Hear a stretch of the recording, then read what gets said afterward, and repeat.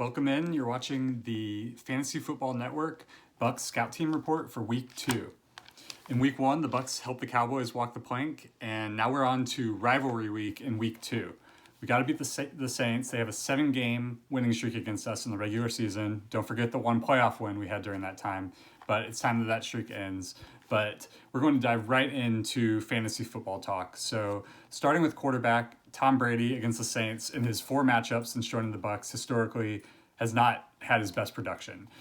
You might think some of these games have gone poorly for the Bucks, so that would lead to more pass attempts, but you would be wrong. Brady actually has slightly less than average pass attempts versus the Saints, so that volume tends to hurt him because of the same strong defensive performances. To give you the actual numbers, on average against all opponents in Brady's time with the Bucks, he has about 42 pass attempts per game. Against the Saints, it dips down closer to 40, so pretty close, but he's below average in passing volume versus the Saints. So given that this is a division matchup, usually tight games, tight defensive performances, I expect nothing different, and Brady's pass volume to be slightly less than normal, kind of limiting his upside against the Saints. So I expect a decent performance. I think he's highly motivated to put an end to his Saints curse since joining the Bucks, but look for middle of the road performance versus his hated rival. On to wide receiver. The injury report has been awful for the Bucks this week. 5 wide receivers made the injury report. Godwin has already been ruled out, but make sure you pay close attention to the injury report up until kickoff.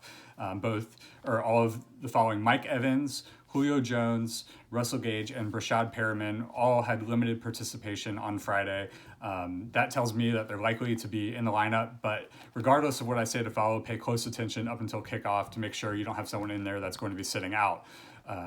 But assuming they all play, Mike Evans against Marshawn Lattimore has been historically the heated matchup that kind of drives the series between the Bucks and Saints.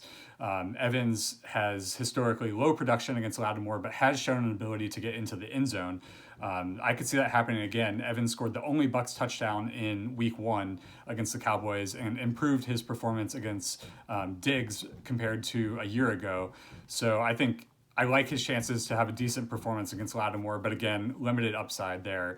The fact that Godwin is out, similar to Week 1, look to the Bucks' secondary passing attack, such as Julio Jones. I really liked what I saw out of him in Week 1.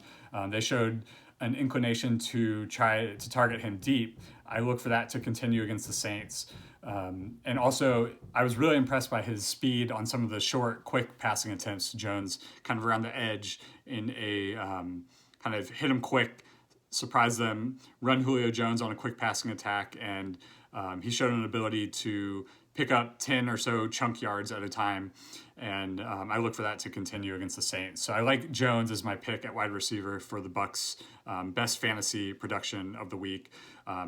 Russell Gage, Brashad Perriman, any of them could have a big game too. So moving on to running back, Leonard Fournette was also on the injury report as questionable, so he's a little banged up. But given what we saw in Week 1, he looked great out there. Assuming he plays, and again, keep an eye on the injury report, I like for him to have a good game. So the nightmare scenario for the Bucks against the Saints is falling into pass-only situations where their strong pass rush can rush Brady around the edge and basically put the Bucks into a hole. So I really look for the Bucks to establish the run with Fournette, giving him an opportunity for high production and getting some chunk yards, which, looking at Week 1 against the Falcons were able to successfully run the ball against the Saints. So I look for the Bucks to attack from that perspective. Moving on to tight end, if you drafted Kyle Rudolph thinking he would replace Gronk, you would be very disappointed from Week 1. He was inactive, but given the Bucks' inability to successfully punch the ball into the end zone and Rudolph's strong ability in the red zone, I look for him to play in Week 2, but this is something to monitor. If he does play, I could see Rudolph getting in the end zone. Cam Brate and the others didn't have many passing attempts. I look for that to change in this week, as Brady does historically love going to the tight end. Kicker. Suckup had 5 field goal attempts. This is a division rivalry. Keep him in your lineup.